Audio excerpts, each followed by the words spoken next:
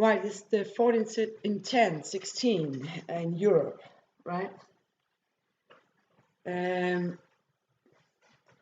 I've been, because I am outdoor a lot, and I often is off-road, you could say. And I've been discovering many forgotten horses or dump places and stuff like that. I am very happy to see that the World Horse Welfare saved many of those horses. I can recognize the site they were found on. I can recognize the horses. Not horses I owned or something, to misunderstand. I had where I was located. I've been starting 1K down south, very tragic case of a shire, and I have been starting 2 cases in airport area where there's a racetrack. The one dog I have now is from one of the cases, and I had a neglected foal from south that grew up to be a beautiful lady, a full-blood horse. And when I was located near the airport, she recognized some place that we later, tracking down, found the stuff that needed attention from police and vets, right? And I think about her tracking that place down by her education as a military horse, actually, uh, that she had fought a lot when she was a foal before I found her. And she was the best friend of my son, which we lost most contact to in 2012. And I think that her ways of saying thank you was to do the same thing I had done, go on almost impossible missions, risking lives, right? And I have rescued human beings as well, right? And I think her way of thanking me for being saved was to save the foals. And I realized by learning this and also seen it before that the mare of the foals uh, or the stallion in a big group of horses, as you've seen on some of the tragic films of rescued horses, the mare and the stallion, the two strongest, or supposedly to be the strongest, the protection of the stallion, the guide of the mare, where is the safe places, where is the food, the water. When a group of horses is neglected, the mares and the stallion, or if only the mares, will try and stand on their legs as long as they can, even they were even they wish to go down. If I rescued horses from cold places where there was snow, where normally the horse would give up and lay down.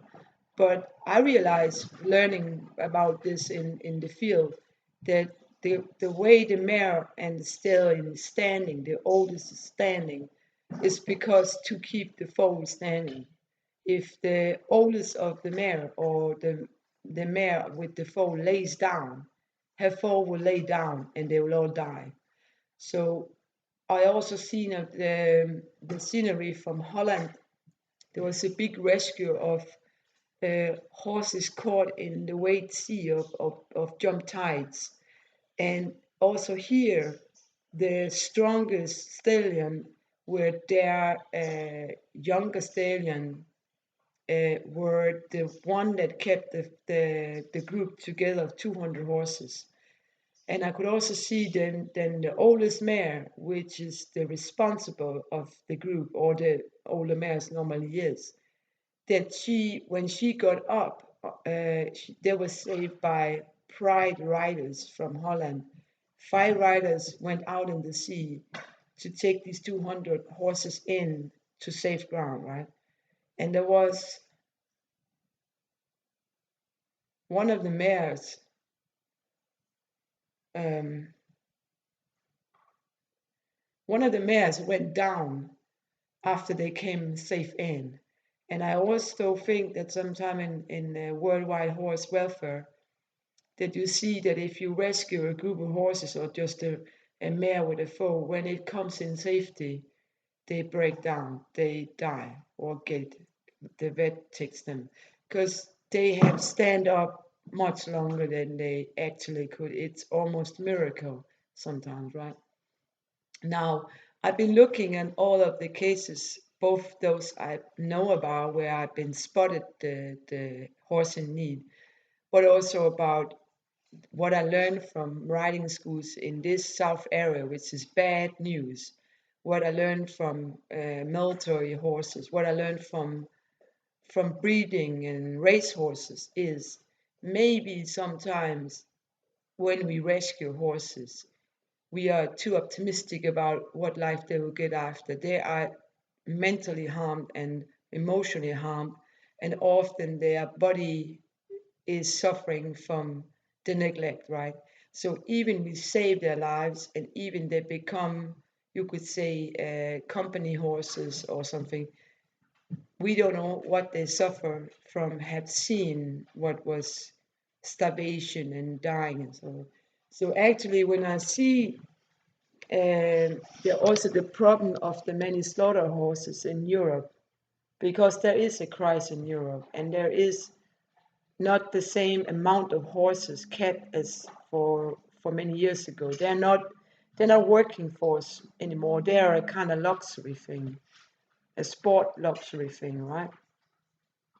Therefore, I think if I see on this kind of what they call the slaughter horses also going to marketplaces, ponies and good riding horses, I actually address that maybe the people that collect for slaughtery, the horses is unwanted, they're bred too many ponies and so on. Maybe those traders is not trying to be evil for the horses. They're trying to maybe take the best ponies and the best riding horses and put them to the market, both because they can get a price, but also because maybe they think they're good horses. And sometimes I'm a little worried about that we are in the sport business. We're so concerned about the neglect and rescue the neglect horses that we actually forget that maybe some of them need peace, right? And maybe some of the good ponies that is sent for slaughter or sold on market, maybe those should be the training that the kids get for this is the riding school horse, and it's healthy, it's a sweet horse, and it's not a neglected horse that's been rescued. It is not a bad case. I'm not saying that we shouldn't rescue horses. Of course, we should rescue horses, but there's spent a lot of energy, and good horse people will save horses. But maybe the schooling in saving horses is getting a kind of industrialized, that it's an organization and it's a vet program and it's a and actually there's very good horses that need just as much rescue as being slaughtered. That could be the kind of schooling in how a good horse looks. I mean, many of the horses I've seen in riding schools is similar to rescue horses. They are not fit, they are not, they have suffered. And that's not a good way to train young students to understand what a healthy horse is.